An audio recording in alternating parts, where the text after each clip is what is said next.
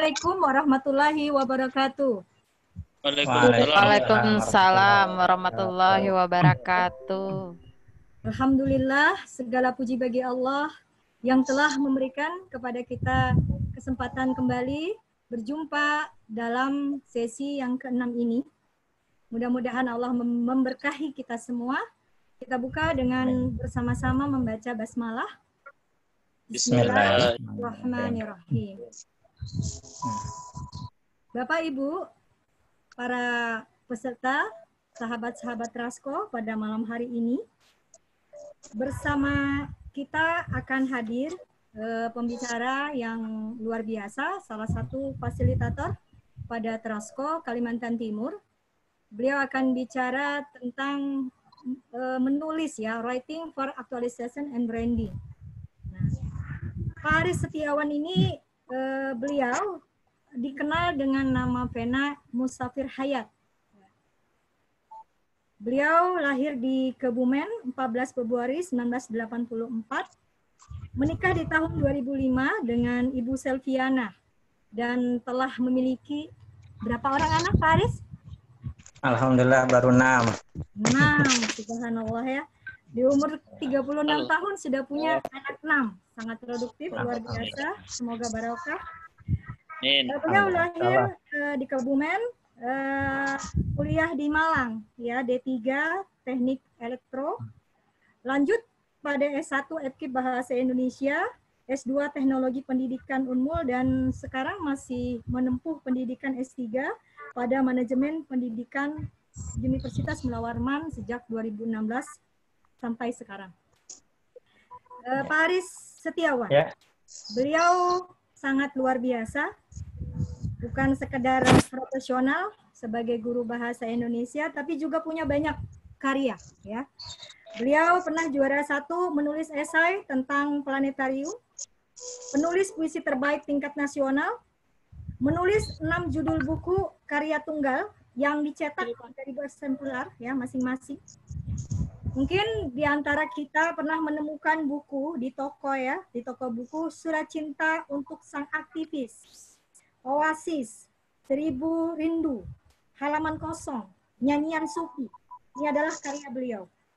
Lalu ada 3 judul buku karya bersama, editor 6 buku yang dicetak mayor, 3000 eksemplar, menulis lebih dari 150 artikel dimuat di media cetak, online daerah maupun nasional. Jadi prestasi yang luar biasa. Dan saya mengingatkan kembali pada materi kita dengan Bu Ayu, yang kebetulan saya juga sebagai moderator pada kesempatan tersebut. Ketika kita bicara tentang pengembangan karir, kompetensi yang kita miliki, waktu itu salah satu kesimpulannya adalah kita kurang eksplor ya dalam masa pendidikan. Dan saya menemukan Pak Aris ini ternyata D3 Teknik Elektro ya Pak Aris ya? Iya, betul Mbak Irma. Ya.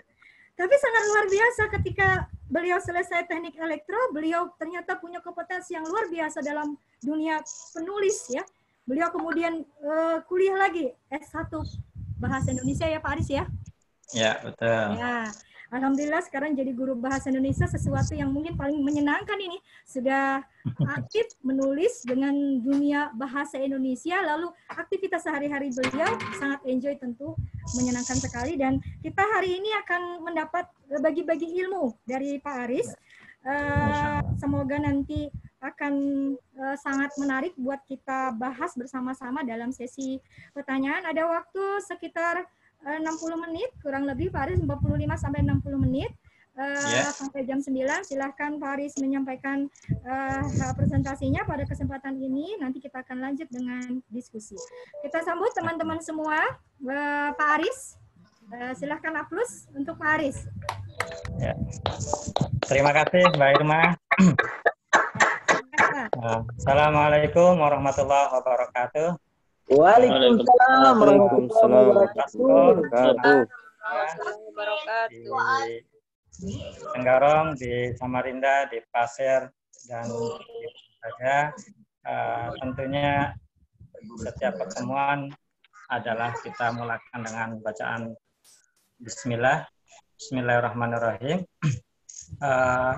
Puji syukur senantiasa kita aturkan pada Allah Subhanahu wa taala, Tuhan yang Maha Kuasa yang senantiasa memberikan pada kita anugerah kesehatan yang harus kita syukuri, dan lebih dari itu adalah anugerah iman yang ada dalam hati dan jiwa kita. Sahabat Rasko dimanapun berada, izinkan saya pada malam hari ini sedikit berbagi dari sebuah materi ataupun hal yang mungkin secara teknis sering kita jumpai dalam keseharian kita, yaitu tentang yang disebut dengan writing. Sehingga kelas kita malam ini di sesi ke-6 ini, sahabat Rasko sekalian, kita adalah sesi tentang class writing yang pada poin utamanya kita akan membicarakan, kita akan berbagi ilmu, dan nantinya saya harapkan ada timbal balik lebih dari Bapak Ibu sahabat Rasko sekalian. Writing for actualization and branding. Jadi kita akan membicarakan tentang bagaimana menulis itu sebagai bentuk aktualisasi dan citra diri. Ada sebuah pepatah yang sangat menarik, sebuah ungkapan dari seorang cendekiawan dalam pandangan saya, yaitu Pramudia Anantatur. Di dalam bukunya itu seorang Pramudia mengatakan, orang boleh pandai setinggi langit, tapi selama ia tidak menulis, ia akan hilang di dalam masyarakat dan dari sejarah. Menulis adalah bekerja untuk keabadian. Ya. Itu sebuah ungkapan yang menurut saya sangat, kalau boleh dikatakan, tepat di era yang kita sebut dengan era digital, era industri 4.0. Baik, sahabat Rasko sekalian, kita mungkin tidak akan banyak basa-basi supaya nanti waktu untuk diskusi kita lebih banyak. Kita langsung ke poin, minta tolong slide-nya, admin. Kita langsung kepada sebuah poin tentang bagaimana menulis. Kita selama ini sering berbelenggu pikiran kita, menulis itu sesuatu yang berat, menulis itu sesuatu yang menjadi beban tersendiri dalam pikiran dan benak kita. Padahal setiap kita mempunyai modal utama dalam menulis, yaitu kemampuan untuk membaca. Sehingga di dalam sebuah istilahnya quote, saya pernah mengatakan, siapapun Anda bisa menjadi penulis, tidak peduli apakah Anda seorang profesor atau hanya sekedar tamatan SMA. Tidak peduli juga apakah Anda seorang guru atau juga hanya seorang siswa. Menulis adalah pekerjaan yang bisa dikuasai oleh tiap mereka yang bisa membaca. Dari poin ini, saya hanya ingin memastikan kepada semua sahabat Rasko bahwasanya saat kita sudah memasuki tahap usia sekolah, yaitu anggaplah kita mulai dari jenjang SD, karena secara ini yang benar kita akui adalah dari SD kita mengenal baca tulis secara formal, maka disitulah sebenarnya kita sudah dianugerahi modal utama oleh Tuhan, yaitu kemampuan untuk menulis. Karena semenjak kita sudah memulai tahapan belajar membaca, maka di situ juga secara tidak langsung ya saling beririsan dengan kemampuan kita menulis.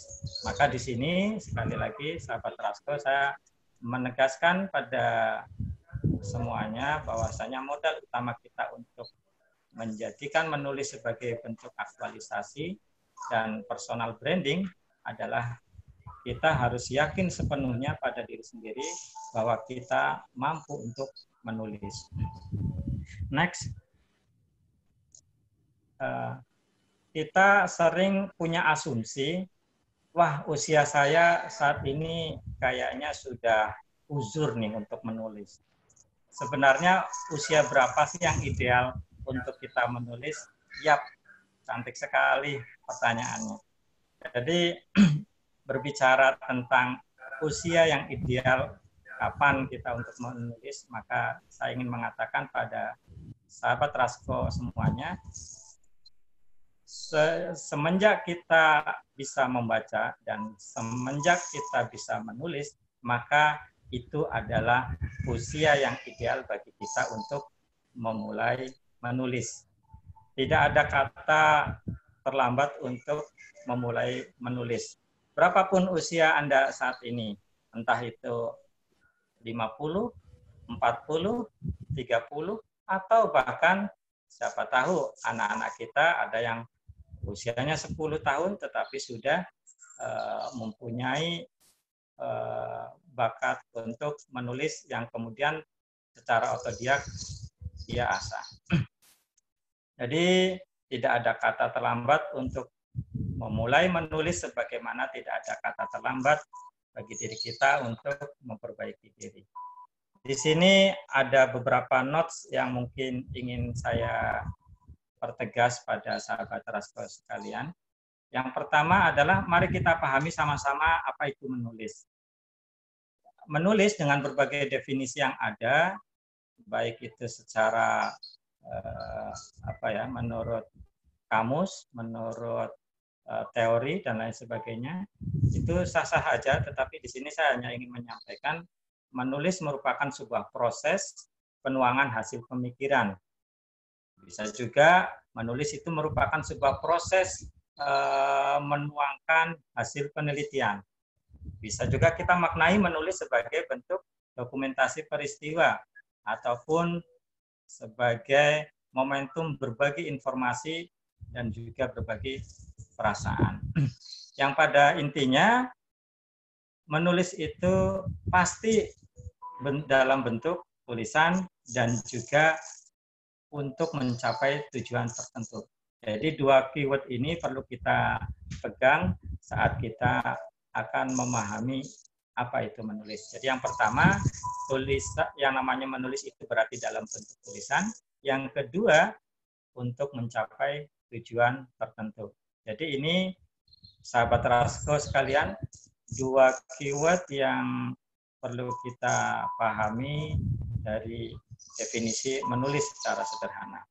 Oke, next. Lalu bagaimana ketika kita hubungkan antara menulis itu dengan kebutuhan, sebagai bentuk kebutuhan. Kita pernah mendengar tentunya sahabat sekalian apa yang disebut dengan teori kebutuhan yang populer dikemukakan oleh Abraham Maslow kalau tidak salah. Di situ ada beberapa jenjang terkait dengan teori kebutuhan, mulai dari yang paling mendasar, yang paling basic adalah kebutuhan fisiologis.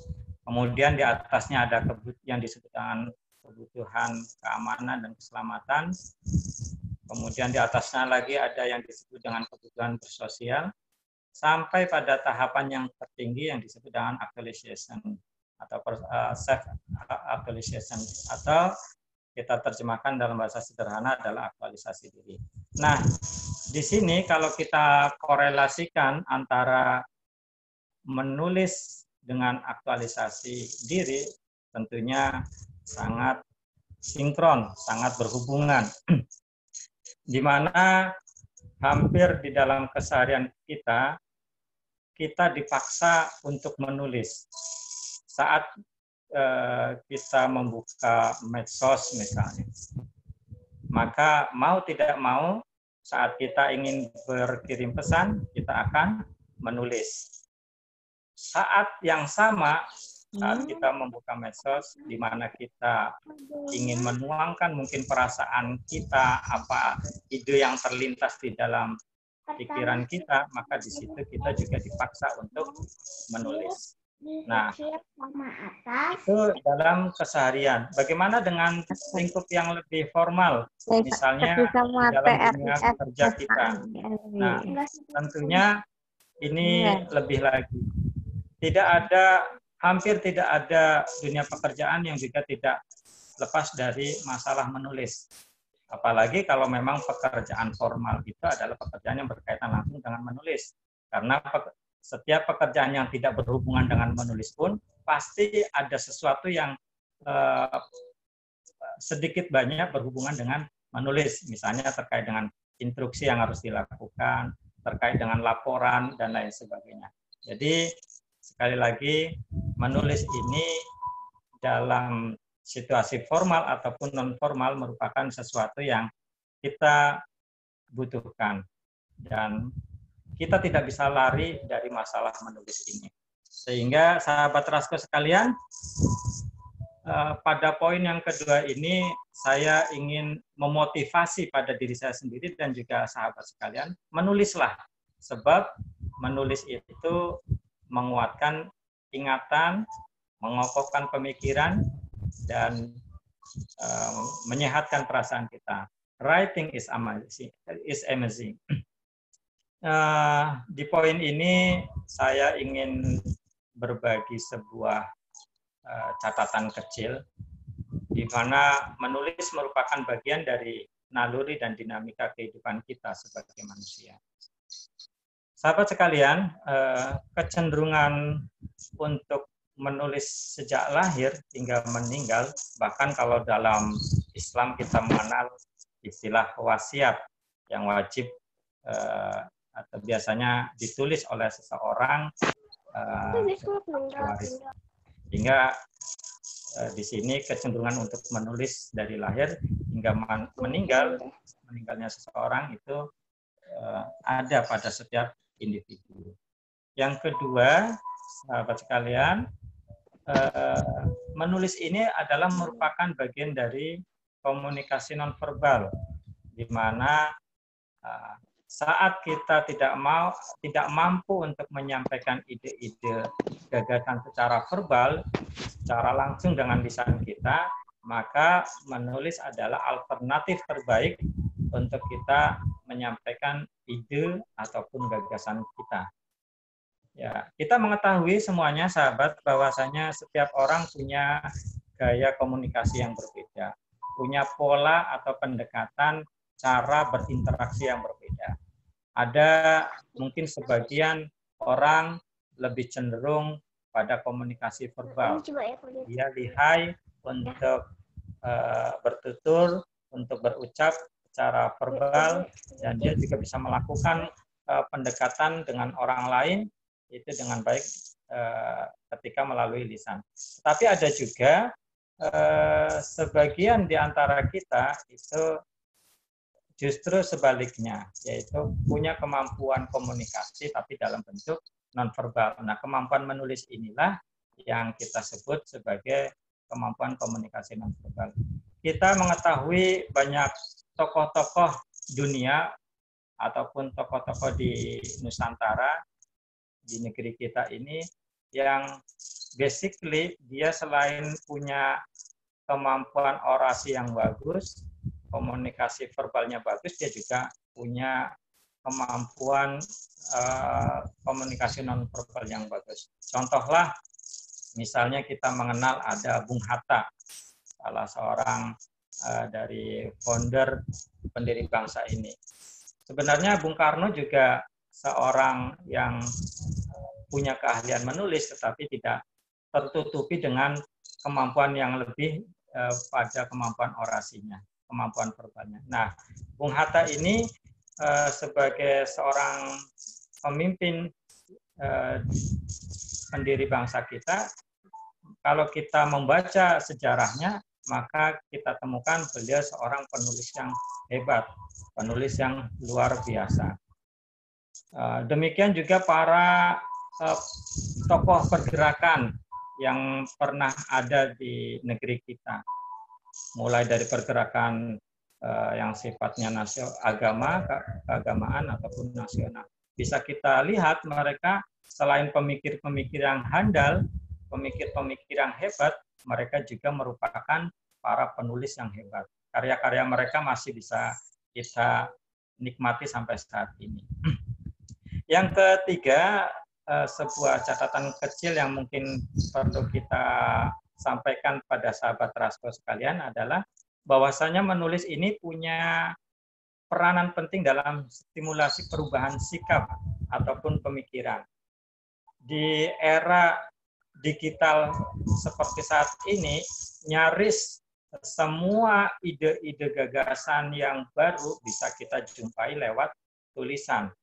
Bisa jadi ya kita mungkin mendengar langsung lewat dunia audio video yang mudah kita temukan, dunia YouTube, dunia vlog, dan lain sebagainya. Kita bisa mendengarkan ungkapan-ungkapan secara langsung lewat lisan para master, para coach, para ahli.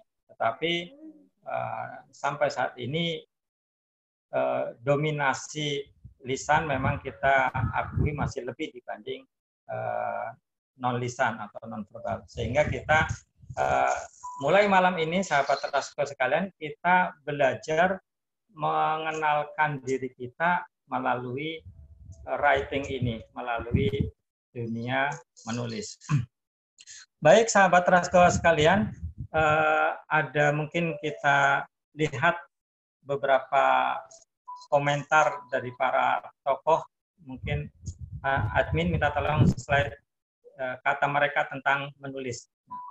Di sini ada beberapa tokoh yang sebagian saya anggap luar biasa, yang semuanya saya anggap luar biasa. Di antaranya ada seorang penulis wanita yang masuk dalam nominasi 500 Muslim berpengaruh dunia. Ya, Mbak Helvi Tiana Rosa. Beliau sebagai seorang pendidik, sebagai seorang penulis, beliau pernah mengatakan menulis adalah memahat peradaban. Wow, luar biasa. Ada juga seorang tokoh kontroversial mungkin, kalau menurut saya, yaitu yang kita sebut dengan Pramudia Anantatur. Beliau mengatakan menulis adalah sebuah keberanian. Ya, amazing, ini juga suatu yang luar biasa. Atau tokoh kekinian, ada seorang teman yang bernama Yoris Sebastian, dia mengatakan kita berada di era di mana yang kita jual adalah cerita, bukan sekadar produk. Artinya di sini pesan implisitnya adalah dia ingin mengatakan melalui tulisan kita bisa membuat sesuatu punya nilai lebih. Ya. Ada juga tokoh lainnya yang tidak saya bisa baca satu persatu. Ada Seno Gumira Aji Dharma, ini seorang jurnalis, seorang sastrawan juga. Dia mengatakan menulis adalah suatu cara untuk bicara, suatu cara untuk berkata, suatu cara untuk menyapa, dan suatu cara untuk menyentuh seseorang yang lain entah di mana. Wow, amazing. Baik, sahabat Rasko sekalian, next. Kita mungkin akan berbicara sedikit tentang salah kaprah seputar menulis. Ada 3 poin utama, sahabat sekalian, yang mungkin nanti setelah kita memahami 3 kesalahkaprahan ini menjadi bagian evaluasi diri kita untuk memperbaiki mungkin persepsi kita tentang menulis. Yang pertama, ada sebuah pemikiran yang salah kaprah, tidak perlu jago menulis karena belum tentu kita mau berprofesi sebagai penulis. Ya, ini adalah sebuah kata-kata yang menjebak kita dan bisa menjerumuskan kita. Saat kita punya persepsi bahwasanya kita tidak perlu jago menulis karena belum tentu kita nanti berprofesi menulis. Ini adalah sebuah sekali lagi persepsi yang kurang tepat menurut saya. Kemampuan menulis harus ditekankan pada diri kita bahwasanya ia dibutuhkan untuk menunjang kegiatan keseharian kita, baik dalam dunia pekerjaan ataupun sekadar branding diri, aktualisasi. Dalam dunia formal tentunya kita tadi seperti saya jelaskan di awal, menulis email, membuat laporan, menyampaikan ide, itu semuanya adalah bagian dari kemampuan menulis kita. Next.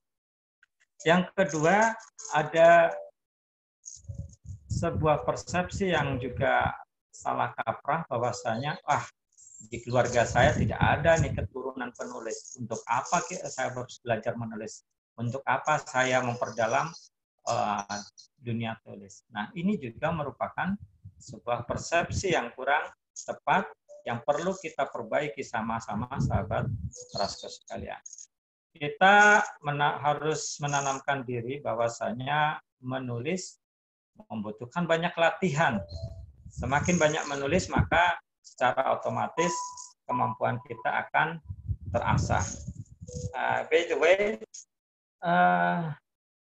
seperti halnya kemampuan berbicara, public speaking yang senantiasa perlu praktis, maka demikian juga menulis. Ini tidak bisa dilepaskan dari bagaimana kita mempraktikkan kemampuan menulis.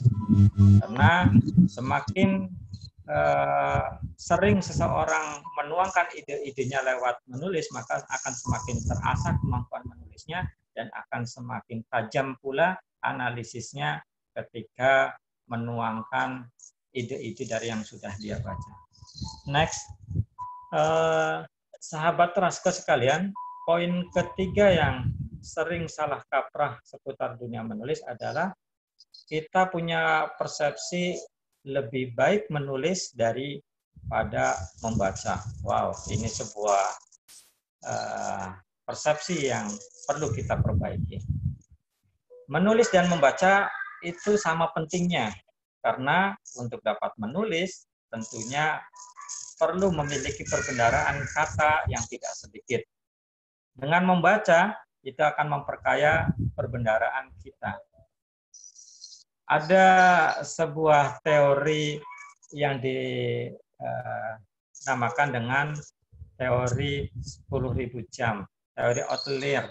Saya lupa siapa ini menggagas teori tersebut. Tapi poin penting dari teori 10.000 jam adalah ketika seseorang itu melakukan pekerjaan yang sama, pekerjaan yang sifatnya baku itu dilakukan dengan tempo yang kontinu, berlanjut dan berlanjut sampai kalau diakumulasikan 10.000 jam, atau anggaplah kita buat rata-rata kalau satu hari bisa 5-8 jam, maka kurang lebih 2 tahun sekian. Maka dengan teori tersebut, seseorang itu nanti akan bisa menjadi seorang yang perfect, menjadi seorang ahli dalam bidang tertentu yang ia tekuni.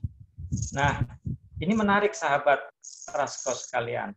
Dengan adanya teori itu bisa menambah keyakinan bahwasanya kesalahkaprahan yang ketiga ini bisa kita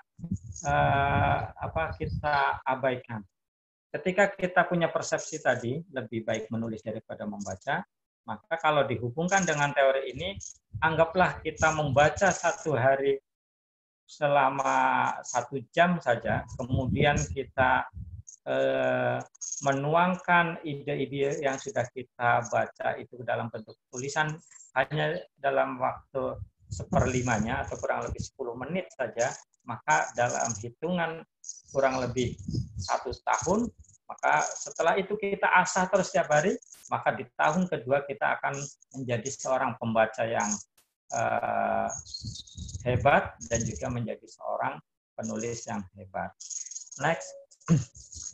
Ada 5 langkah menulis, sahabat Rasko sekalian, yang mungkin ini secara umum juga berlaku pada semua jenis tulisan, baik tulisan yang sifatnya formal, misalnya penelitian, dokumentasi tertentu, artikel, karya ilmiah, dan lain sebagainya, ataupun tulisan yang misalnya bersifat sastra, misalnya puisi, novel, cerpen, dan lain sebagainya, maka kurang lebih hampir sama sebenarnya terkait dengan langkah-langkah di dalam menulis. Secara garis besar, mungkin nanti bisa lebih enjoy, bisa lebih enak untuk kita diskusikan. Secara garis besar ada 5 langkah menulis. Yang pertama adalah kita membentuk gagasan penulisan. Jadi gagasan. Pertama adalah menyusun kerangka tulisan. Yang kedua adalah membentuk gagasan penulisan. Yang ketiga adalah meneliti gagasan yang sudah kita tuangkan tadi. Dan yang keempat adalah menuliskannya. Ini di sini saya berikan contoh menulis artikel, tapi bisa kita asumsikan dengan menulis jenis yang lainnya. Dan yang keempat adalah menyelesaikan tulisan. Nah, setelah kita selesai semuanya, maka disitulah kita bisa memastikan tulisan kita sudah selesai. Dan ketika kita menengok ke belakang, ternyata luar biasa, kita sudah memulai menulis. Ya, sahabat Rasko sekalian, mungkin kita berpikir, kalau berbicara teori mudah, tapi mempraktekannya tentu sulit. Nah, mari kita sama-sama lebih dalami semuanya, sahabat Rasko. Bagaimana tahapan menulis? Kalau tadi secara garis besar ada 5 langkah menulis yang ini bersifat umum. Di sini tahapan yang mungkin lebih mudah kita pahami, ya, mulai dari tahapan yang tertinggi, ya, artinya dari dari diagram sampai pada tahapan yang paling basic nanti hasilnya. Yang pertama adalah tahapan pre-writing, yang kedua adalah drafting, yang ketiga adalah revising, dan yang keempat editing, sampai pada tahapan finalisasi yaitu publishing. Masing-masing tahapan ini nantinya bisa kita diskusikan, tetapi pada intinya kelima tahapan ini kalau kita memahaminya dengan bagus, maka ketika kita menariknya dengan keyword yaitu actualization dan branding, ini semuanya saling berkaitan. Ya, sahabat Rasko sekalian, ada 7 sebab kegagalan menulis yang sering kita jumpai. Yang pertama dan yang paling utama, seringkali kita menuduh diri sendiri tulisan kita jelek. Kita sudah mencap diri kita sendiri, tulisan saya jelek. Nah, ini adalah sebuah tuduhan sentimen pada diri kita sendiri yang perlu kita perbaiki. Sehingga langkah pertama yang kita bisa lakukan untuk mengoreksi tuduhan itu adalah kita harus membuktikannya. Sebab kalau kita lihat di situ yang diagram tanda panah yang di bawah, ketika kita tidak mencoba untuk membuktikannya, maka sampai tahapan terakhir yaitu berakibat pada frustasi, gagal, kecewa, bahkan ya luar biasa bisa sampai bunuh diri. Ya, sahabat Rasko, dengan kita membuktikan tulisan kita, maka kita akan memperoleh sebuah tindakan. Kita akan melakukan sebuah tindakan, yaitu kita mengirimkan tulisan yang sudah kita buat ataupun ke media ataupun dengan meminta pendapat seseorang. Atau lebih sederhananya berbicara dengan branding, ya ke medsos, ke media sosial yang akan kita kupas lebih dalam nanti.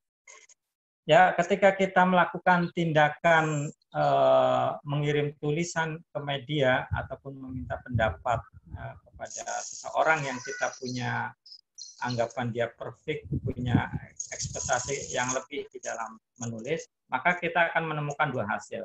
Yang pertama, hasilnya adalah ternyata tulisan Anda bagus, ya, yang pada akibatnya merasa senang, tumbuh rasa percaya diri, dan kemudian muncul untuk motivasi menulis lebih banyak.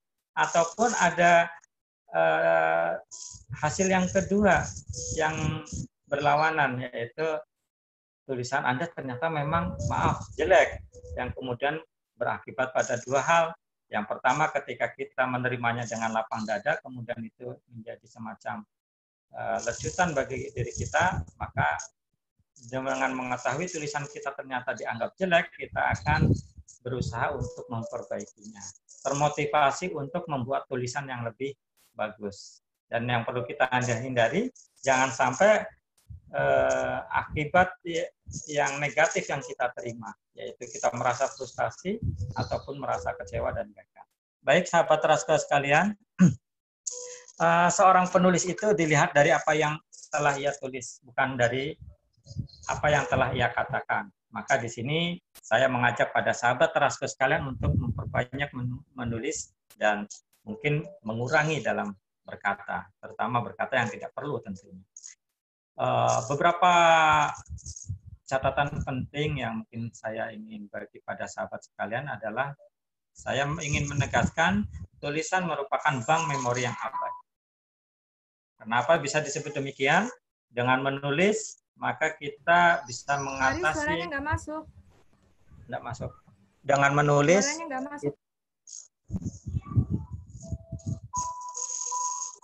Ya. Aman. Jelas ya? Gimana masuk? Masuk jelas di kami. Faris, suaranya? Ya. Jelas suaranya jelas. Oh ya.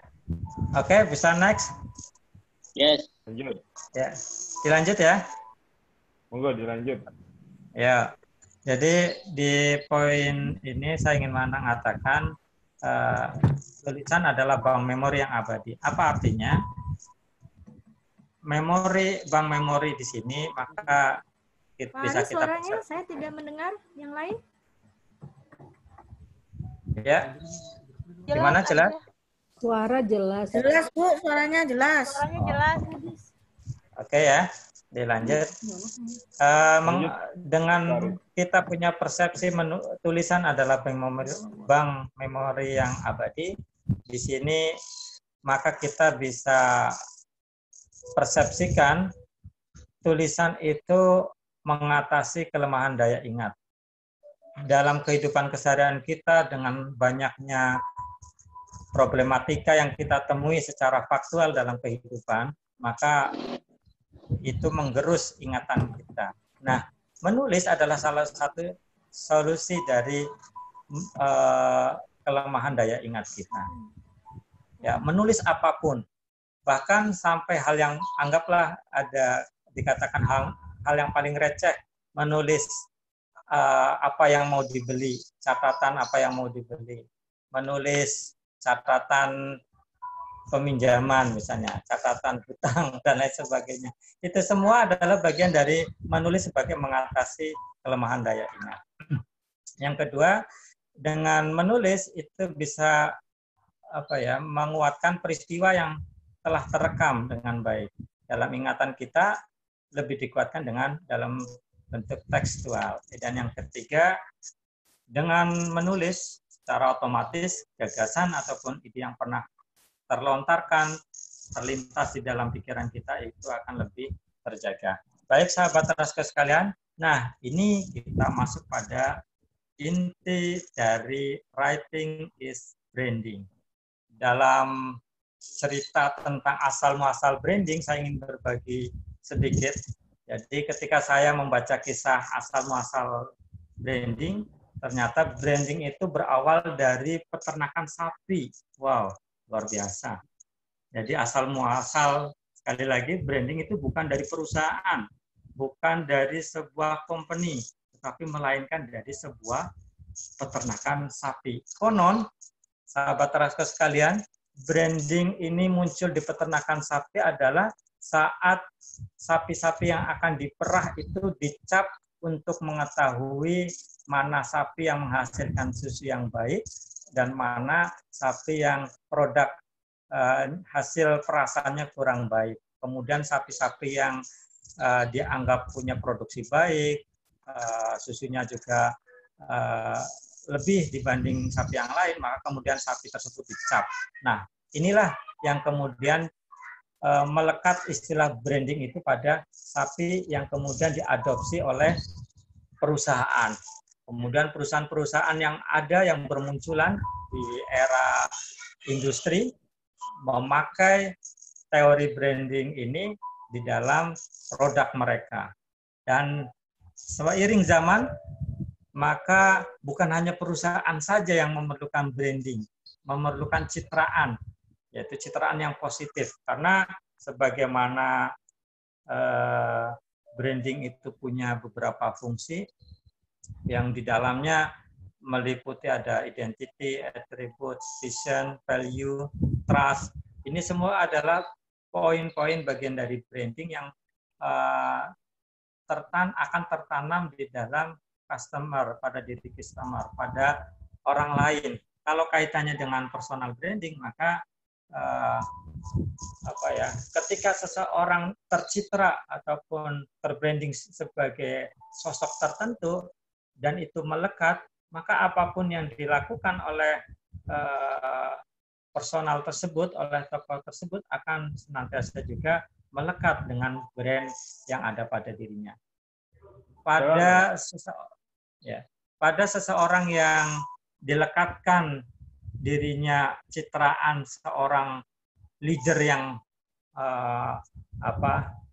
otoriter ataupun sebaliknya seorang leader yang humanis, maka ketika hal tersebut sudah terbrand pada dirinya, hal tersebut akan melekat kemanapun dia, dimanapun dia berada. Lalu bagaimana ketika branding ini dikaitkan dengan menulis? Personal branding pada diri seseorang itu salah satunya di era digital saat ini adalah dengan membangunnya lewat menulis.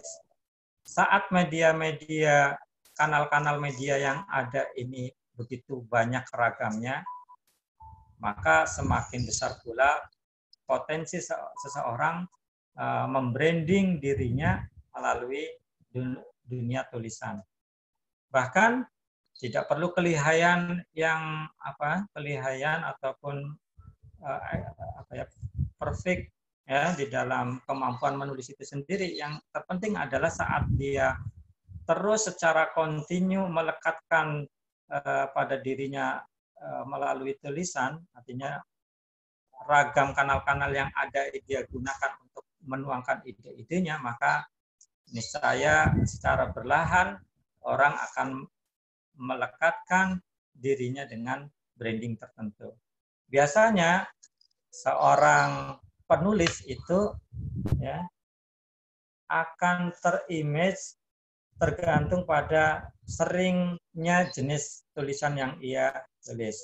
Kalau seorang yang setiap saat menuangkan ide-idenya dalam bentuk misalnya sesuatu yang puitis ataupun dalam bentuk sastra puisi, maka dia akan tercitra, terbranding sebagai seorang penyair. Kalau gagasan ide-idenya tertulis melalui media prosa, entah itu cerpen, novel, dan lain sebagainya dalam bentuk karya sastra, maka dia akan tercitra sebagai seorang novelis. Branding novelis itu melekat pada dirinya. Lalu bagaimana ketika kita yang saat ini mungkin hanya sekadar penulis pemula, tetapi ingin melekatkan branding penulis itu pada diri kita? Wow, ini pertanyaan yang mungkin perlu kita kaji lebih jauh, sahabat Rasko sekalian. Jadi, saya ingin menyampaikan pada sahabat sekalian, profesi apapun yang melatar belakangi kita bukanlah penghalang untuk kita membranding diri lewat tulisan. Jika ada di antara sahabat Rasko sekalian merupakan seorang leader, maka lekatkanlah branding leader itu lewat tulisan yang Anda tulis. Kalau Anda seorang penjual, maka lekatkan branding penjual itu pada diri Anda melalui tulisan. Tentunya branding itu harus memenuhi 5 unsur yang tadi sudah saya sebutkan, dan sebagaimana sahabat Rasko bisa lihat, mulai dari identity, attribute, vision, value, sampai dengan tahapan yang terakhir yaitu munculnya trust. Baik, sahabat sekalian, next, dalam personal brand ada 4 unsur yang mendasar. Human yang berkaitan langsung dengan offline, dan yang digital yang sifatnya online. Ini tidak akan saya bahas lebih banyak. Kita lanjut next. Di sini dalam proses writing sebagai sarana branding, maka kita harus menguatkan keyakinan bahwasanya setiap tulisan itu mempunyai warna dan setiap warna itu mengemban makna tersendiri. Maka pilihlah warna yang terbaik untuk tulisanmu. Sahabat Trasko sekalian, mulai saat ini jadikanlah menulis sebagai identitas dirimu, diri Anda sekalian. Ingat, ada rumus 2J 1T. Apa itu rumus 2J 1T? Yang pertama, J yang pertama adalah jangan pernah malu jika tulisanmu masih dianggap belum bermutu. Yang kedua, jangan pernah berhenti jika tulisanmu belum diapresiasi. Dan yang ketiga, teruslah berkarya hingga karyamu nantinya mengantar bahkan hingga ke surga. Baik, sahabat Trasko sekalian, mungkin itu sedikit sharing yang bisa saya sampaikan pada sahabat. Mungkin lebih banyak pada diskusi, saya kembalikan pada moderator. Ya, terima kasih Pak Aris atas presentasinya yang sangat luar biasa. Pak Aris ini saya pernah membaca nih Pak Aris ya, salah satu tulisan Pak Aris di media bahwa Pak Aris menikah di umur 20 tahun, biaya pernikahannya salah satunya dari royalti menulis, betul Pak Aris? Iya, betul. Iya, saya membaca itu cukup ini ya, menginspirasi sekali. Bagaimana ternyata menulis itu kalau kita produktif itu sebenarnya sangat bermanfaat sekali ya. Karena di situ Pak Aris memberikan satu contoh ya tentang Buya Hamka ya Pak Aris ya. Saya mencatat waktu itu Buya Hamka menikah di umur 21 tahun. Pada saat itu istrinya 15 tahun dan biaya pernikahan itu dari honor tulisan 3 jilid buku, Khotibul Ummah dan Romansi Sabariyah. Nah ini mirip nih dengan Pak Aris nih Pak Aris ya. Ya hampir mirip. Saya meniru Buya Hamka. Iya. Nah tentu saja ini bukan sekedar branding diri lagi, bukan sekedar aktualisasi diri, tapi juga mungkin salah satu jalan untuk kita bisa produktif dan mungkin bisa menjadi salah satu cabang ya penghasilan mungkin di era yang mungkin sudah sangat berkembang sekarang ini kan. Jadi banyak hal yang sangat menarik untuk kita diskusikan. Ada beberapa chat yang masuk ini Pak Aris. Langsung dibaca dari Pak Aris atau saya ini kan bacakan? Mungkin lewat Mbak Irma aja biar kita lebih.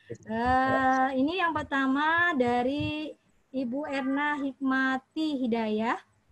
Ya. Saya seorang guru, usia sudah kepala 5, punya moto menulis, menunda pikun. Ya. Alhamdulillah ada beberapa antologi saya, tapi sering stagnan beberapa bulan lantaran kesibukan kerja. Pertanyaan saya, bagaimana tips dan trik untuk tetap menjaga konsistensi dalam berkarya dalam keadaan sesibuk apapun? Mungkin langsung dijawab aja Pak Aris, singkat padat ya, mungkin biar kita mudah ini. Ya, baik sahabat Trasko sekalian, sebuah pertanyaan yang luar biasa dari sahabat kita, Ibu Erna tadi Mbak Irma ya. Bu Erna, ya. Bagaimana? Ya, menjaga konsistensi menulis. Ya, ini pertanyaan yang luar biasa. Sahabat Trasko, jadi memang seperti saya uraikan di awal dalam penjelasan saya tadi, menulis itu punya ragam fungsi, punya ragam manfaat. Yang salah satunya kalau sahabat Ibu Erna ini mengatakan menulis itu menunda pikun. Ya, ini sebuah usaha yang luar biasa dan perlu dipertahankan. Menjaga konsistensi. Ya, kita dengan latar profesi yang mungkin berbeda-beda. Ada yang mungkin guru, ada yang dosen, ada yang pengusaha, ada yang mungkin politisi.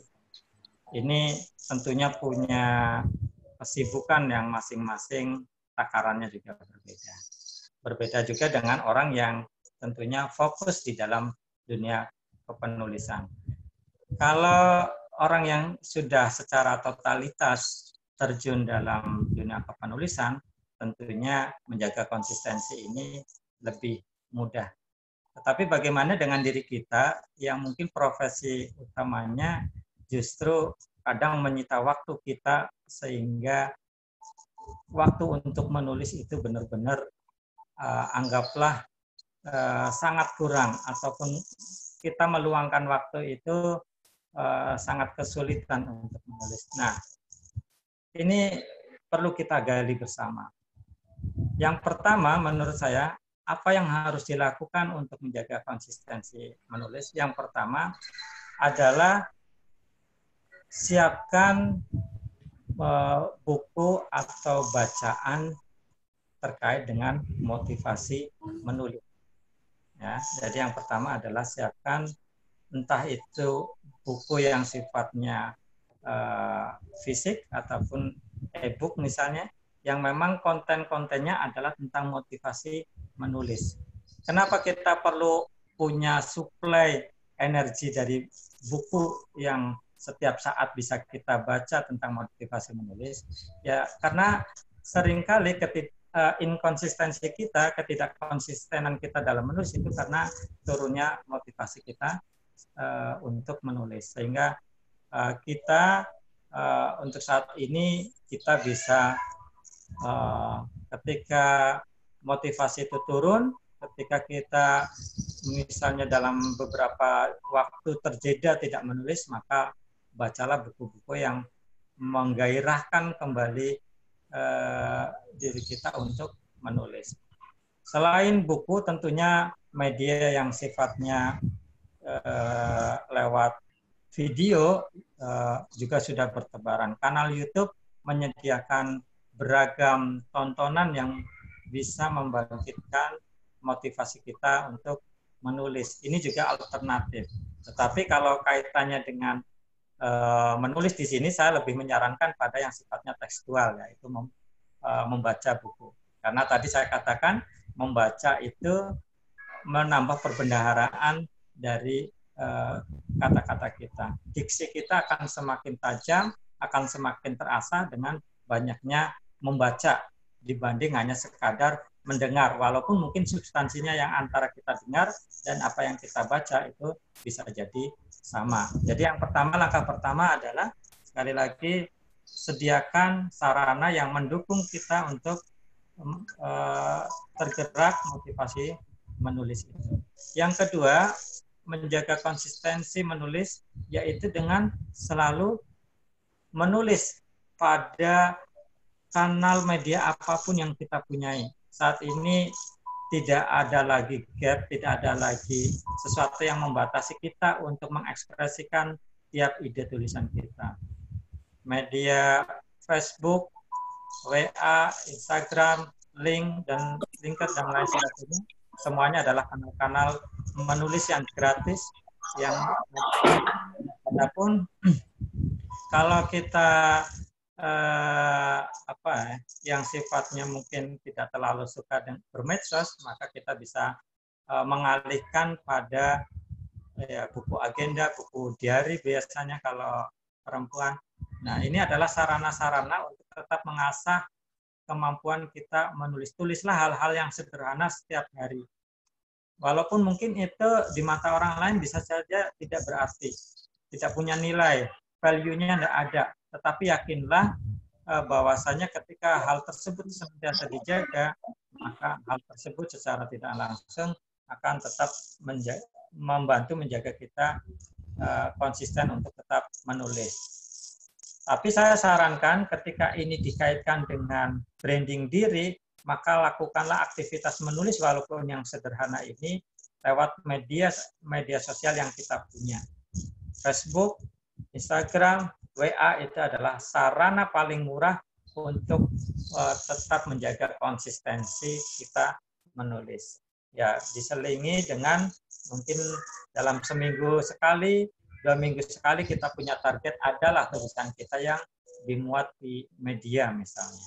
Ini lebih luar biasa lagi sahabat Rasko sekalian. Dan yang ketiga, tips sederhana dari saya untuk menjaga konsistensi menulis adalah senantiasa bertukar pikiran dengan sesama rekan, sesama sahabat yang memang punya attitude, punya kemenarikan, punya perhatian pada dunia tulis. Karena dengan saling kita terus berbagi, dengan senantiasa kita juga berdiskusi, maka secara tidak langsung hal tersebut juga akan menjaga konsistensi kita untuk terus menulis.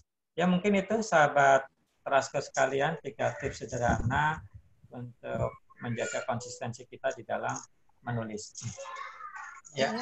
Saya lanjutkan ya, Pak Aris. Ya. Ini dari Bu Ratna Ningsih. Menulis pada dasarnya mengungkapkan rasa. Namun di era sekarang berbeda. Menulis di era zaman dulu benar-benar dengan ballpoint sehingga keterampilan menulis juga terasah. Bagaimana mengkondisikannya di zaman sekarang?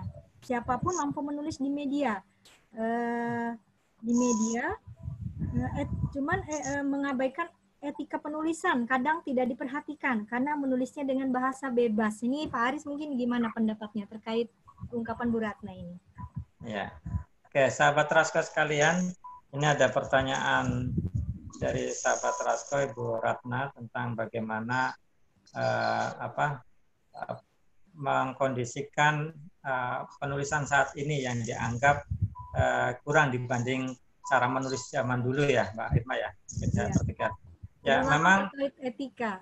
Ya, kurang beretika. Kita perlu pertama kita harus pahami teknologi itu memaksa manusia untuk beradaptasi. Artinya beradaptasi di sini adalah interaksi kita, media kita dengan teknologi itu sendiri. Saat kita mengalihkan kemampuan dunia tulis kita yang mungkin ketika sebelum zamannya medsos anggaplah ataupun sebelum zamannya komputasi ini berkembang, kita mengembangkan kemampuan menulis melalui tulis tangan yang kemudian di situ kita lebih ada nilai ketekunan kita membaca buku yang sifatnya fisik itu juga lebih tinggi dibanding saat ini. Mungkin dari sisi rasa memang ya saya anggap benar apa yang disampaikan Bu Ratna. Saat ini mungkin karena menulisnya jarang yang melalui media pena, pulpen, ya, yang di atas kertas, di atas buku. Sekarang kita hanya sekedar mau mencet touch ya pada smartphone kita, pada layar laptop kita. Mungkin dari sisi nilai rasa mungkin bisa jadi setiap orang berbeda. Tapi yakinlah ketika kita menuangkan dalam media yang sifatnya teknologi ini, ya, maka sebenarnya hal tersebut tidak akan mengurangi kemampuan menulis kita ketika dituangkan melalui tulisan media kertas. Ini hanya berbeda media. Adapun kalau dari sisi etika menulis, tentunya melalui media apapun kita harus menjaga yang disebut dengan menjaga diri dari plagiarisme, yaitu menjiplak, karena hal ini adalah sesuatu yang aib bagi setiap penulis ataupun calon penulis ataupun orang yang membranding dirinya dengan tulisan. Jadi hindari memplagiasi ya tanpa tentunya menyebutkan referensi ataupun sumber yang kita rujuk itu. Ya mungkin seperti itu sahabat Rasko sekalian. Saya kembalikan pada ya, kita lanjut Pak Aris. Ini dari Bapak Wahyu Widodo. Apakah ada tips khusus untuk membangun semangat anak-anak sejak dini agar tertarik dengan menulis? Secara perkembangan, zaman media sekarang berbeda dengan zaman dulu. Yang menulis biasanya dituangkan dalam diari. yang menurut saya pribadi sedikit banyak akan membantu dalam menuangkan perasaan, ide, maupun kondisi yang dialami. Jadi ini membangun semangat anak-anak, Pak. Bagaimana dengan era anak-anak sekarang kan akrab dengan gadget gitu ya dan lain-lainnya. Nah, itu gimana? Ya, baik. Sahabat Raskosel kalian, ini sebuah pertanyaan yang luar biasa dari sahabat kita Pak Wahyu Widado tentang bagaimana membangun semangat menulis bagi anak-anak kita. Ya, anak-anak kita merupakan generasi milenial, generasi yang lekat kesehariannya dengan yang disebut dengan gadget ataupun smartphone. Bahkan kalau boleh bisa dikata, anak-anak kita itu lebih pandai, lebih lihai mengoperasikan ataupun menjelajah ya teknologi ini dibanding kita saat ini. Sehingga tentunya ketika kita ingin istilahnya mentransfer ataupun ingin membangun semangat anak-anak kita untuk menulis, maka ini lebih mudah sebenarnya pada generasi milenial. Yang pertama tentunya adalah kenalkan mereka untuk menulis melalui media mereka, ya, melalui media yang mereka punya. Rata-rata saat ini bahkan berdasarkan hasil penelitian itu ada sekitar 60% anak-anak kita ya mempunyai medsos. Jadi ketika mereka menyentuh gadget, menyentuh smartphone, selain bermain game, biasanya mereka juga pasti membangun jejaring melalui media sosial, entah itu Facebook, IG, dan lain sebagainya. Nah, kita memperkenalkan dunia menulis melalui media sosial yang mereka punya. Jadi kita arahkan pada anak-anak kita ataupun pada kalau kita berstatus sebagai seorang guru, sebagai seorang dosen, kita arahkan pada anak-anak kita agar media yang mereka punya merupakan dijadikan media berbagi pengetahuan secara tekstual. Kita minta pada mereka untuk menulislah apa-apa yang bermanfaat. Tulislah apa-apa yang sekiranya ketika orang lain membacanya ada nilai lebih yang didapatkan dari tulisan kita. Mintalah pada anak-anak kita untuk menggunakan media sosial mereka untuk mencitrakan diri mereka yang positif. Maka tentunya dari situ secara berlahan saya yakin semangat mereka untuk membangun citra diri, branding diri melalui tulisan juga akan terbentuk. Walaupun mereka statusnya sebagai seorang pelajar, walaupun mereka masih belum berprofesi secara formal seperti saat kita saat ini. Ya mungkin itu tips sederhana. Adapun tips-tips lain, kita tentunya juga harus senantiasa mengajak anak-anak kita untuk gemar membaca. Karena ini poin penting bagaimanapun ajakan membaca pada anak-anak kita ini sesuatu yang perlu kita tanamkan, perlu kita lekatkan agar jangan sampai generasi kita menjadi generasi yang buta akan tulisan. Mereka memang bisa membaca, tetapi mereka tidak ada konsistensi untuk membaca. Mereka mungkin bisa menulis, tetapi tidak konsistensi dalam menulis itu sendiri. Jadilah generasi yang smart, generasi yang menulis dan membaca itu sebagai sarana branding sesuai dengan era digital saat ini. Mungkin itu saya kembalikan pada moderator, Pak Irma. Baik, kita lanjut Pak. Ini ada dari Biru Jingga. Izin bertanya Pak, ada banyak macam tulisan. Menurut Bapak, untuk zaman sekarang ini tren tulisan seperti apa yang sedang diminati? Saya lanjutkan, ini ada 2 pertanyaan. Lalu zaman sekolah dulu, saya hobi menulis fiksi atau cerpen. Tapi seiring waktu, hobi menulis fiksi itu mulai luntur sampai sekarang. Dan jujur saya ingin memulai lagi. Tapi terkadang merasa tidak pede. Karena ide cerita yang ada dalam pikiran terkesan mainstream bagi saya. Adakah, Pak, tips dan trik supaya tulisan fiksi kita memiliki ending atau plot yang tidak biasa?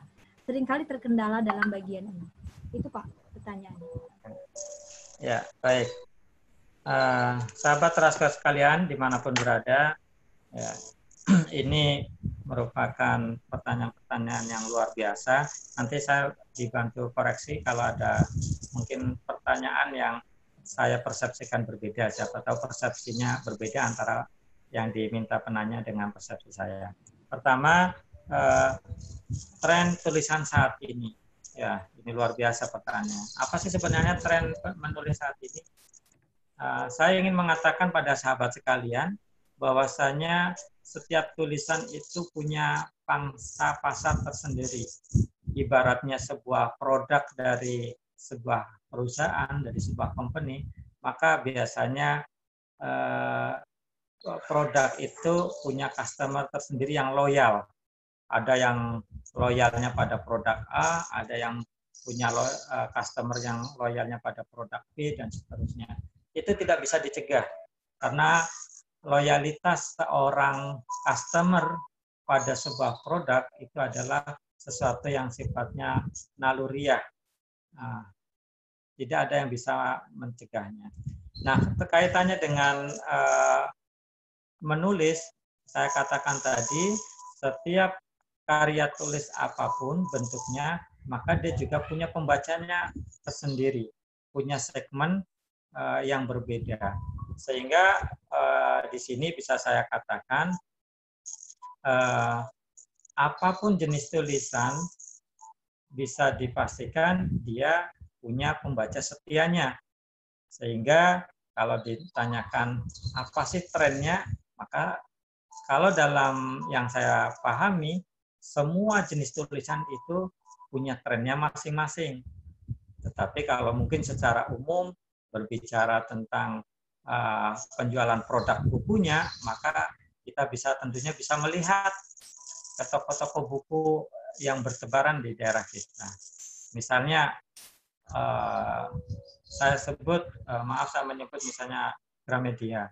Maka biasanya setiap hari di situ akan ada 10 buku terlaris, 10 buku terpopuler yang sedang ramai, ya, ataupun yang sedang banyak digandrungi oleh para pembaca. Dari situ, maka kita bisa melihat tentunya, oh ternyata yang posisi 1 adalah buku tentang motivasi. Maka di sini bisa kita katakan trennya adalah tentang yang sedang punya nilai jual tinggi adalah buku tentang motivasi. Atau ternyata yang kita harus kedua adalah buku yang terlarisnya adalah buku tentang novel tertentu misalnya. Maka bisa dipastikan, oh ternyata tren yang saat ini sedang naik daun adalah buku tentang sastra, khususnya novel misalnya, dan seterusnya. Jadi bisa dipastikan kalau ada pertanyaan tren tulisan saat ini, maka saya mengatakan tadi, semua jenis tulisan itu punya trennya masing-masing. Adapun terkait dengan buku terlaris, buku yang punya nilai jual tinggi, ya kita tinggal melihat, dan itu sifatnya situasional.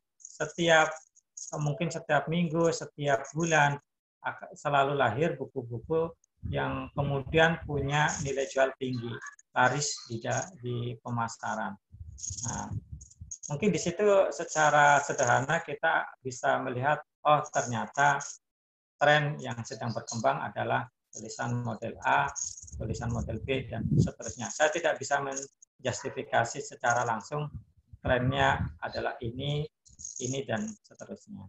Pertanyaan yang kedua, mungkin bisa diulang Kak Irma terkait dengan hobi menulis fiksi atau seperti apa tadi? Halo Kak Irma. Memang sekolah dulu saya sangat hobi menulis, tapi seiring waktu hobi menulis fiksi itu luntur sampai sekarang. Terkadang saya tidak pede lagi dengan ide cerita yang ada, yang terkesan mainstream bagi saya. Apakah ada tips dan trik supaya tulisan fiksi kita memiliki ending atau plot yang tidak biasa? Seringkali terkendala di bagian ini. Oke, luar biasa sahabat Raska sekalian.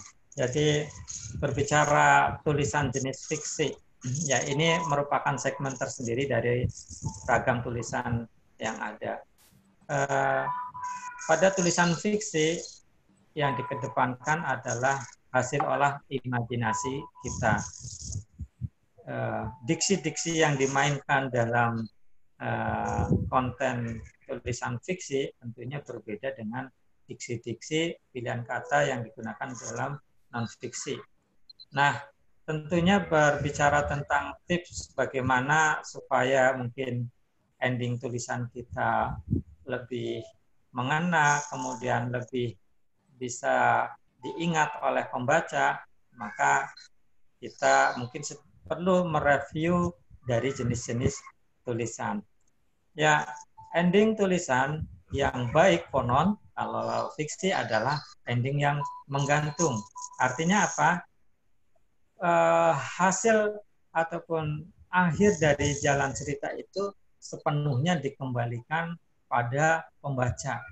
Apakah pembacanya akan mengakhirkan dengan yang happy ending ataupun sebaliknya sad ending. Itu semuanya dikembalikan pada pembaca tulisan fiksi itu sendiri.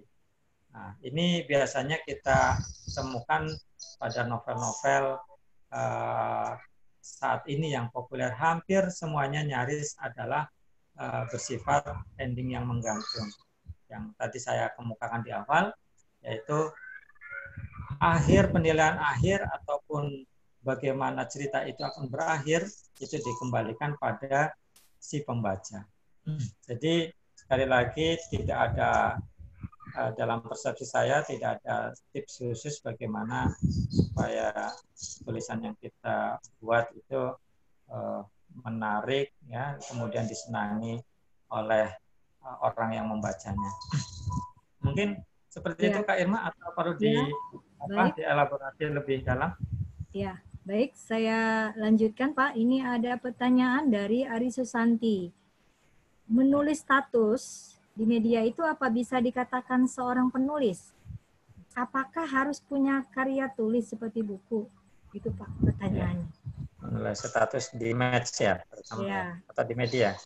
Ya, menulis status apa bisa dikatakan seorang penulis? Ya. Ya, kalau menurut saya sahabat terasa sekalian, ketika seorang berani untuk menulis sebuah status di medsos yang ia punya, maka sudah layak untuk dikatakan penulis. Karena penulis itu punya definisi yang luas. Bahkan secara sederhana, orang yang menuliskan status di medsosnya, dia juga bisa dan layak disebut seorang penulis. Itu berbicara dalam arti yang umum. Tetapi kalau tentunya kalau ingin disebut sebagai seorang penulis yang relevan dengan dunia kepenulisan, tentunya harus punya nilai juang lebih, yaitu punya produk ataupun karya yang memang bisa dinikmati oleh orang lain dan kemudian karya tersebut bisa diapresiasi, ya, dan punya nilai, punya value tersendiri bagi setiap pembacanya. Kalau status bisa jadi itu punya value, punya nilai bagi orang lain, bisa juga tidak.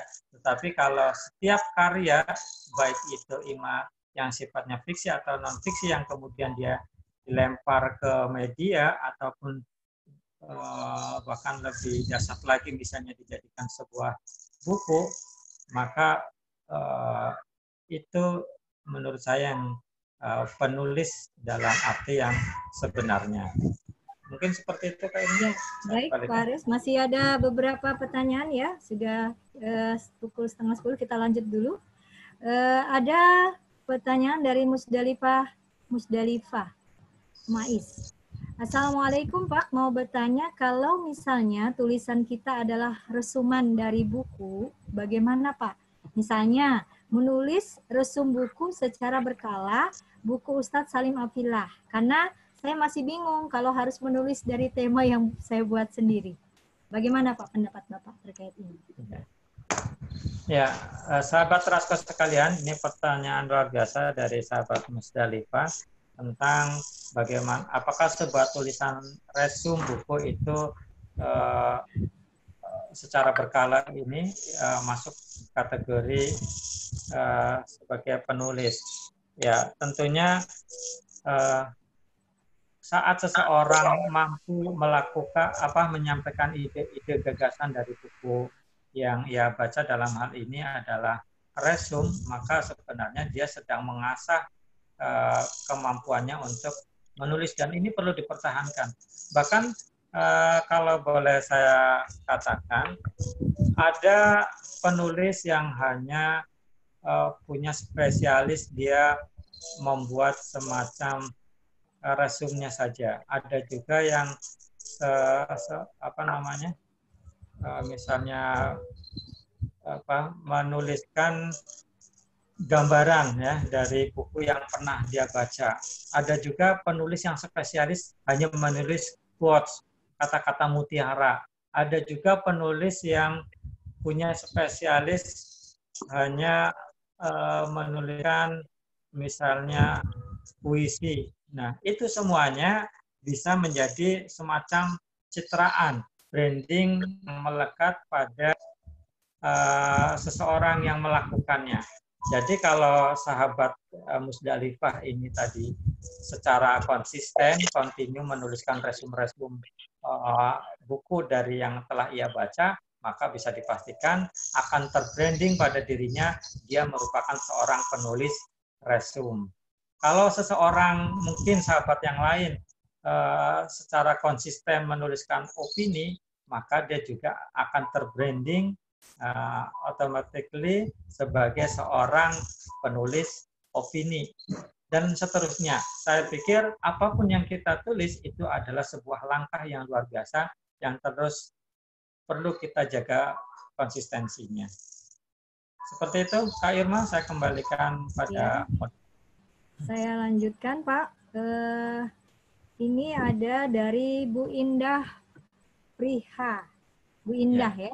Menurut Pak Aris, bagaimana pengaruh self-publishing atau platform digital yang marak menerbitkan tulisan tanpa editing sama sekali terhadap sastra dan bahasa kita? Ya. Sahabat Rasko, ini pertanyaan luar biasa dari sahabat kita, Mbak Indah dari Balikpapan. Berbicara tentang penerbit indie yang saat ini menjamur, ya, self-publisher yang hampir bertebaran di setiap sudut kota di daerah kita.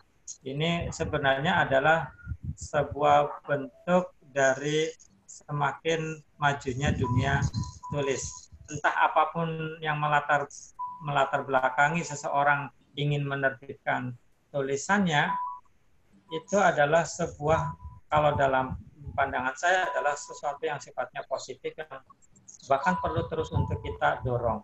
Jadi setiap kita punya karya, setiap kita punya tulisan yang kemudian tulisan itu ingin kita orang lain juga menikmatinya, bukan hanya sekedar untuk kita nikmati sendiri, maka itu adalah sebuah pilihan yang luar biasa menurut saya. Sebuah pilihan yang perlu terus untuk dimunculkan. Ya, memang berbicara tentang kadang bisa publisher atau penerbit indie yang kurang kurang memperhatikan masalah penulisannya itu sendiri, mungkin dari sisi kaidah, dari sisi lain sebagainya dalam dunia tulis. Ini yang harapan kita nanti seiring berjalannya waktu bisa diperbaiki oleh penulis itu sendiri secara langsung, sehingga seorang penulis bukan hanya sekedar dia bisa menulis, tetapi juga bisa memahami kaidah-kaidah penulisan yang baik dan benar. Dan tentunya saya sangat sarankan pada sahabat Rasko sekalian, saat kita ingin mempublish tulisan kita hendaklah ada melalui proses pengendapan.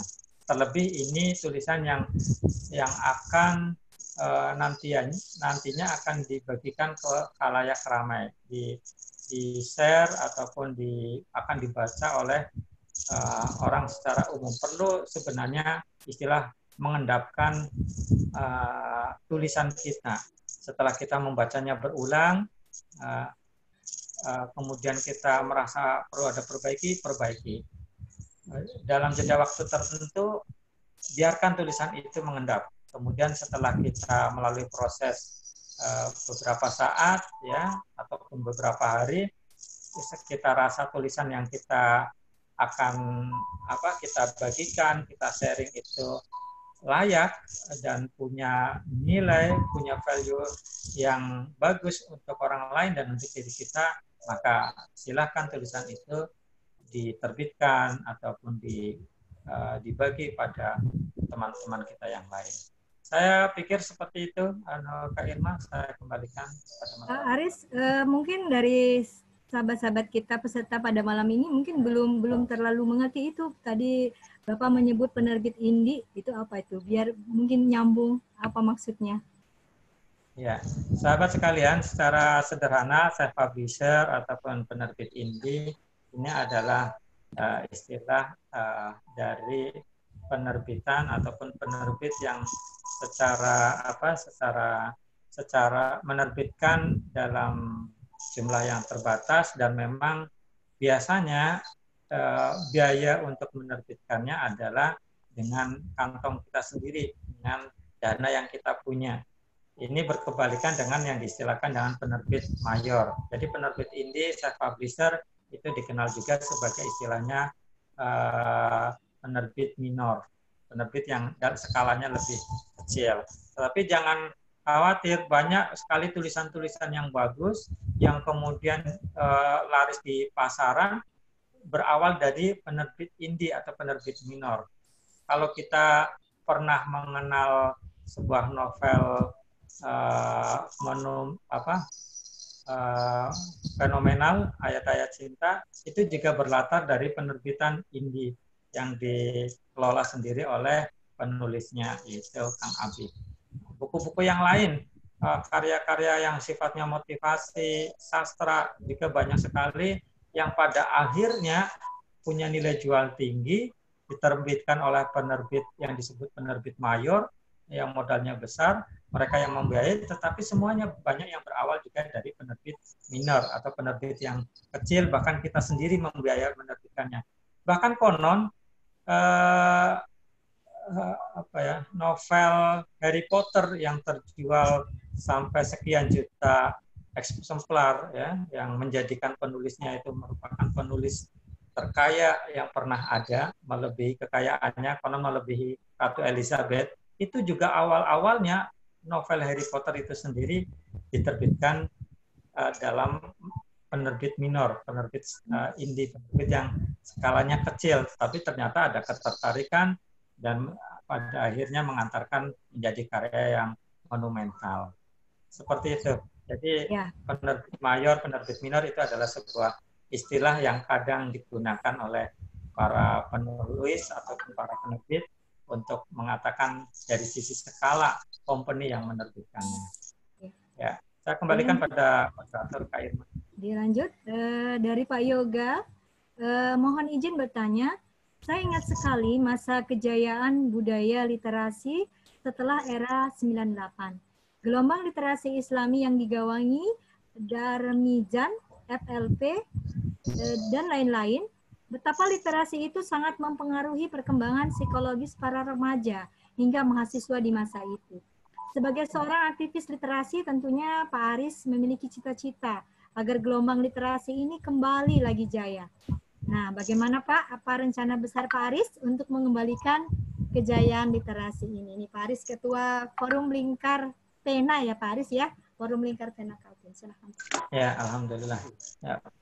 Terima kasih sahabat Rasko sekalian, pertanyaan yang luar biasa dari sahabat kita Pak Yoga, seorang coach juga ini. Ini pertanyaan yang menurut saya sulit bagi saya untuk menjawabnya secara ini ya, secara mungkin tepat.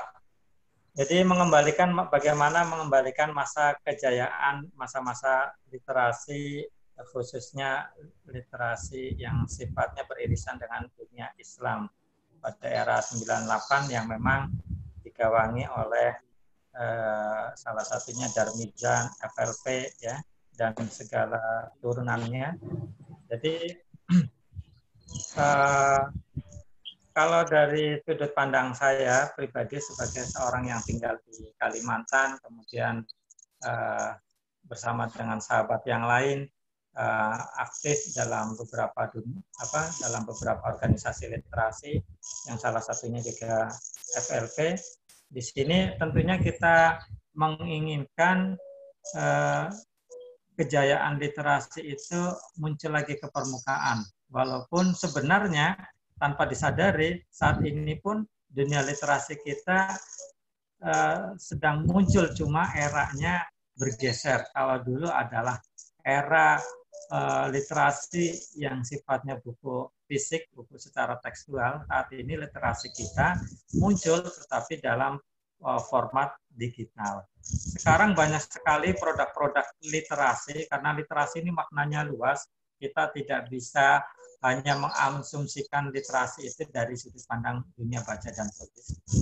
Literasi itu banyak subnya, punya cabangnya. Baca tulis ini hanya adalah salah satunya aja, bahkan merupakan literasi basic, literasi dasar.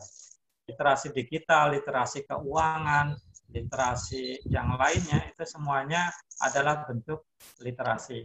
Kalau yang ditanyakan adalah asumsinya pada literasi buku fisik, buku-buku bacaan yang notabene pernah jaya pasca reformasi tahun 99 sampai tahun sekitar 2010, maka tentunya ini perlu perjuangan semua pihak. Ya, secara makro, semua para pegiat literasi, para penulis, para penerbit juga harus bersinergi sama-sama membangun kembali kejayaan dunia tulis itu. Kalau secara lebih dalam ranah organisasi melalui FLP saat ini misalnya di Kalimantan, maka kita mengajak pada sahabat sekalian yang mungkin punya minat, punya atensi pada dunia tulis menulis, saya mengajak pada sahabat sekalian untuk mari kita menulis, mari kita sama-sama terus berkarya, kemudian karya kita mari kita bagikan pada sahabat yang lain, ya, entah dalam bentuk buku, dalam bentuk tulisan-tulisan yang bermanfaat melalui medsos kita, dan saya juga lebih berharap bisa dibagi pada media-media yang sifatnya formal, baik itu yang sifatnya cetak ataupun media online. Karena saat ini tidak ada halangan bagi setiap orang untuk mengakses tulisan orang lain. Saya pikir seperti itu, Kak Yoga, hal-hal yang mungkin bisa jadi harapan kita bersama, yaitu kembalinya kejayaan menulis sebagaimana era terdahulu. Bahkan saya mengajak pada Kak Yoga untuk mari kita sama-sama menulis, kemudian membagikan tulisan kita pada sahabat-sahabat kita yang lain. Terima kasih Kak Irma, saya kembalikan pada moderator.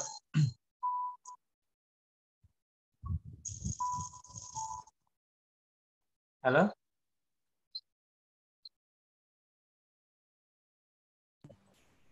Ada pertanyaan dari Bu Tutut.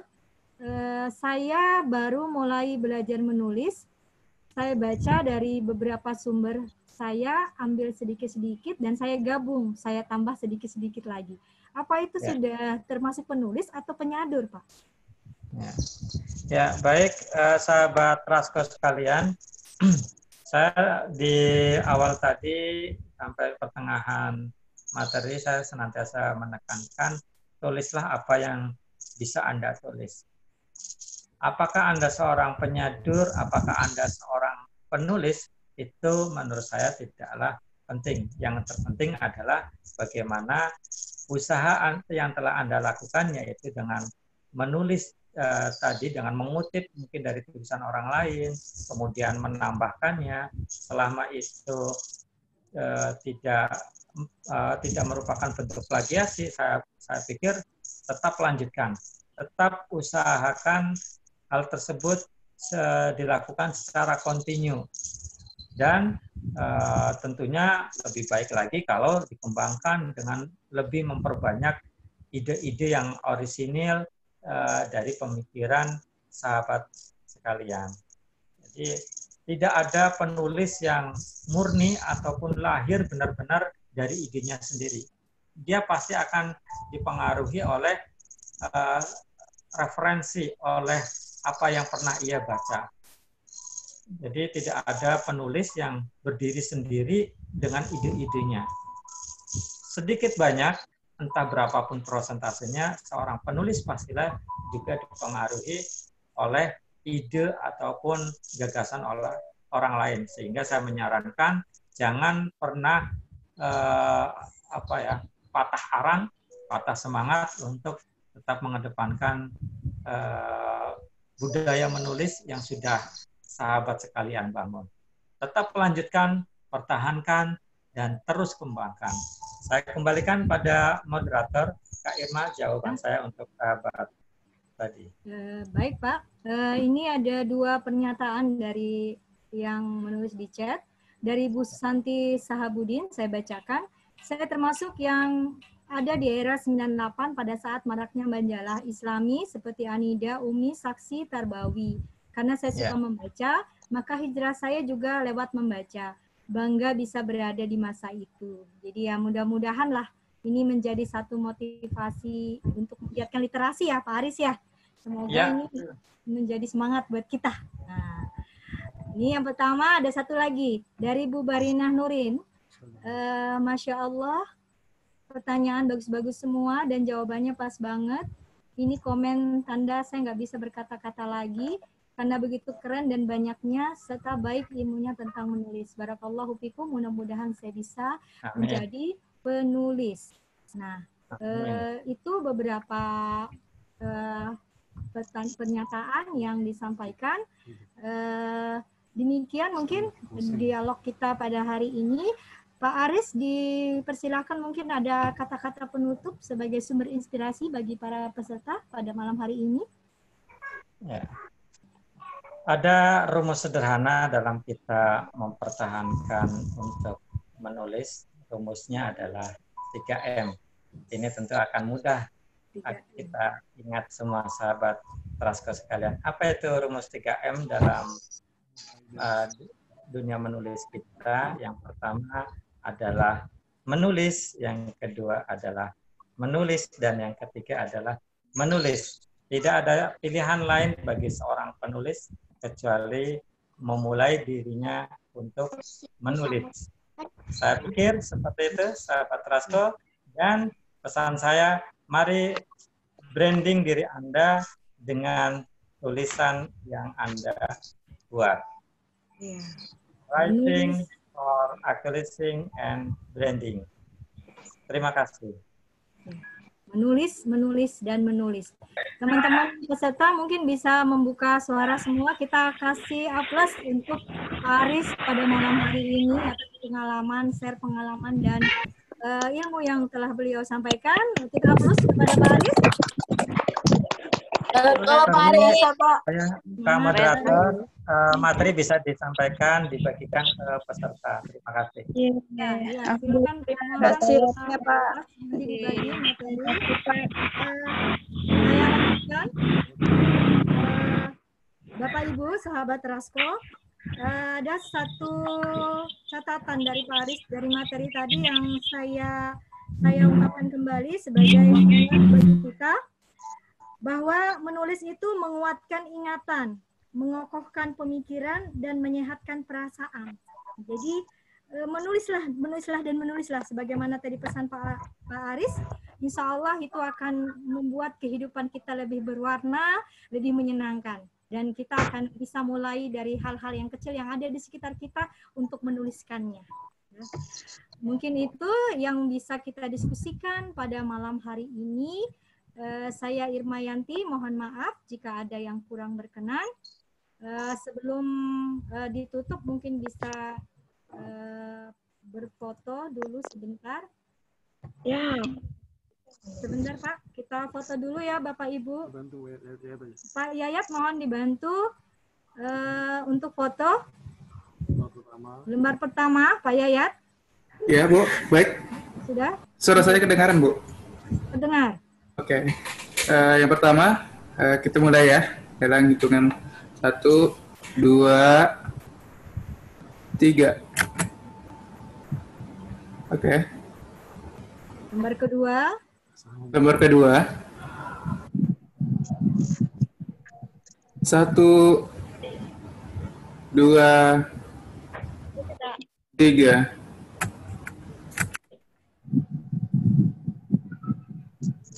Lembar ketiga. Kalau udah bisa dijawab Kak, boleh sudah Kak. Heran juga kali sering juga Kak. Lembar ketiga ya. Ada ya. 1,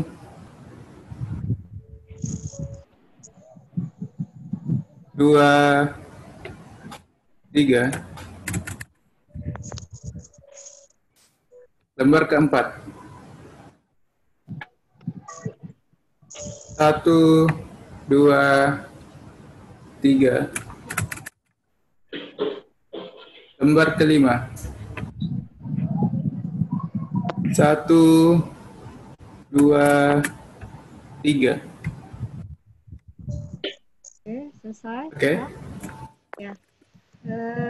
Demikian kegiatan kita pada malam hari ini. Semoga bisa menginspirasi dan melakukan aksi dari apa yang kita diskusikan pada malam hari ini. Kita tutup dengan hamdalah. Alhamdulillahirabbil alamin. Semoga barokah apa yang kita diskusikan. Sekian. Assalamualaikum warahmatullahi wabarakatuh. Waalaikumsalam Warahmatullahi wabarakatuh. Jazakumullah khair Pak Ari. Terima kasih. Terima kasih Pak Ari. Kabar Bang Fadli. Izin live. Sampai ketemu besok malam. Terima kasih banyak Pak Aris, Bu Irma. Terima kasih Ayo, bro. Pak Arif, Bu Irma Yanti.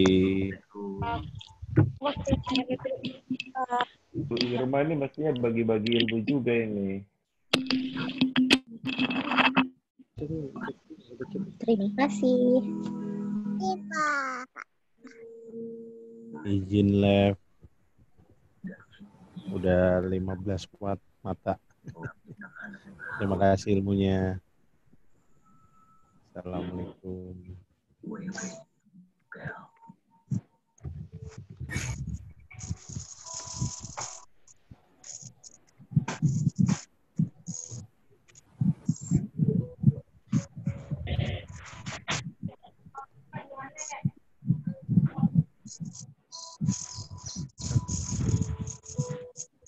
Terima kasih. Izin live. Assalamualaikum warahmatullahi wabarakatuh. Assalamualaikum warahmatullahi wabarakatuh.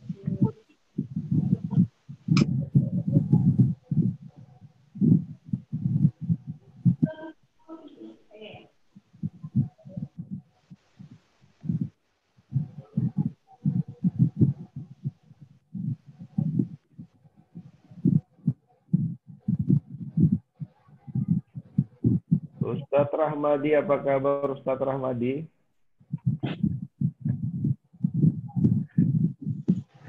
Aduh, mesranya berdua ini ya. Baik. Isa kabar Pak Kendo. Wen. Alhamdulillah. Kata bahasa pasar, Be. Oke dah, dimatikan salah satu. Wen. Ini termaksud pendengar setia kayaknya ya, dua pasangan ini ya. Nyata lah.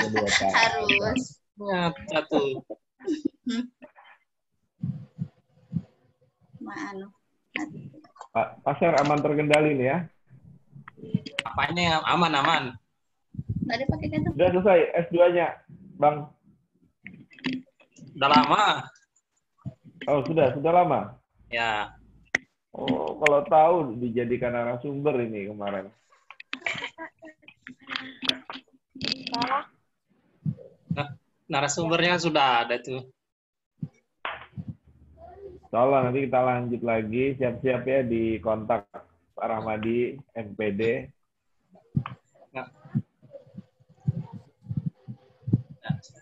Oh, Anda tuh Naomi ngeliat halaman kedua aja. Ngelihat siapa yang masih sudah tidak ada. Ahlulnya aja sudah. Ada Mas Dwi, Pak. Wah, Mas Dwi, Pak ini diam-diam wae ini. Jelas.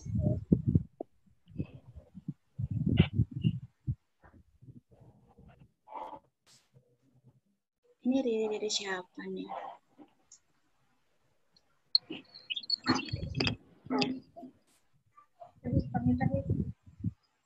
Mana? Nah, bicara aja. Pamit Bang Ro. Siap, bungkus. Selamat beristirahat. Assalamualaikum. Waalaikumsalam warahmatullahi.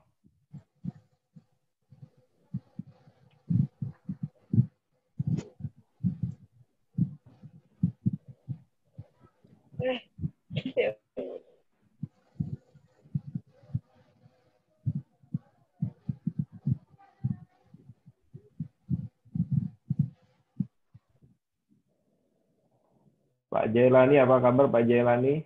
Alhamdulillah sehat. Luar biasa nih Pak Jailani nih. Stay tune terus.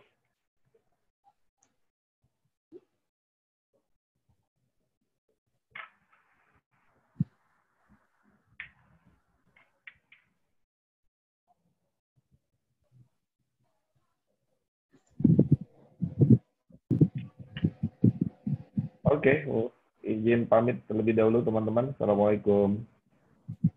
Waalaikumsalam.